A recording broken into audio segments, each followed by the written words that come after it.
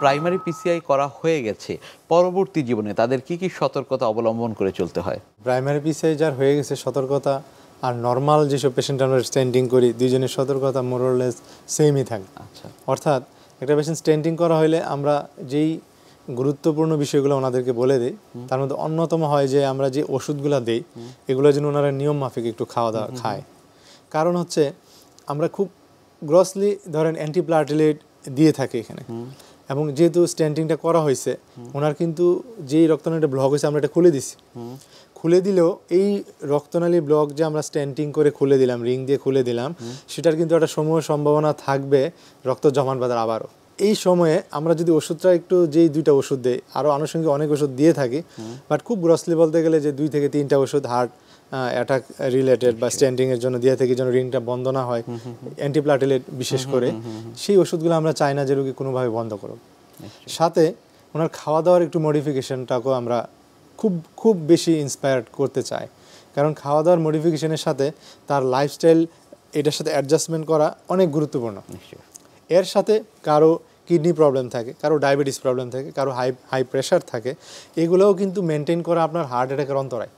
আপনি যদি ভালো থাকতে চান, মনে করেন যে খুব লং রানে আমি ভালো থাকতে চাই, ওষুধ খাওয়া নিয়ম মানার সাথে সাথে আপনাকে অবশ্যই ডায়াবেটিসটা কন্ট্রোল করতে হবে, অবশ্যই প্রেশারটা কন্ট্রোল করতে হবে, যার কিডনি প্রবলেম আছে সেই কিডনির বিষয়গুলোকে অবশ্যই লুক আফটার করতে হবে, প্রয়োজনে রেগুলার ফলো আপ করতে হবে, ডায়ালিসিস রুগী থাকলে সে রেগুলার ডায়ালিসিস মেনটেন করবে। এই জিনিসগুলো কিন্তু অনেক বেশি ইম্প্যাক্ট করবে আমার এই হার্টের এই রোগীদের উপর ইনডিরেক্টলি। অনেক ধন্যবাদ আপনাকে আমাদের আজকের এই অনুষ্ঠানে আসবার জন্য। আপনাদেরকেও ধন্যবাদ। একটা মেসেজ দিয়ে রাখতে চাই, আমাদের দেশে যেহেতু একটু পোর কান্ট্রি, আমাদের গরিব রোগীর সংখ্যা বেশি, আর প্রাইমারি পিসে খরচের অনুমানটা বেশি, সেই হিসেবে হয়তোবা আমাদের জাতীয় হৃদরোগ হাসপাতালে প্রাইমারি পিসে সকাল 8টা থেকে রাত 8টা পর্যন্ত ফ্রি স্ট্যান্ড দেওয়া হচ্ছে।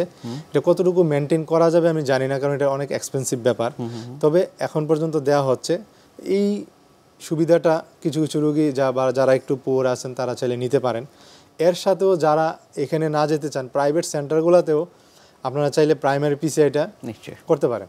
সাথে আমাদের দেশে জনগণের এই আস্থারও একটা বিষয় আছে, ডাক্তার এবং রোগীর মধ্যে বন্ডিংসের বিষয় আছে।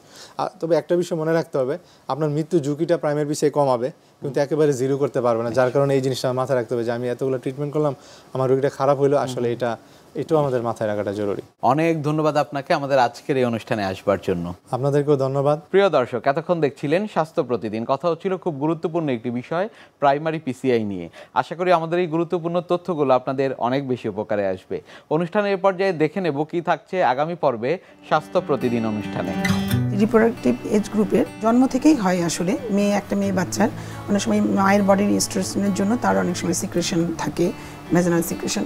এটা নিয়ে অনেক মারায় ওরিড থাকে যে আমার বাচ্চা কেন এরকম, অনেক সময় মিনস্ট্রাল ব্লাডও আসতে পারে। এটা জাস্ট হরমোনাল মায়ের ইস্ট্রোজেন ওর বডিতে থাকে জন্য আসে, এটা নিয়ে ওরিড হওয়ার কিছু নেই। সেই মেয়ের জন্মের প্রথম থেকেই এরকম শুরু হয় আর কি।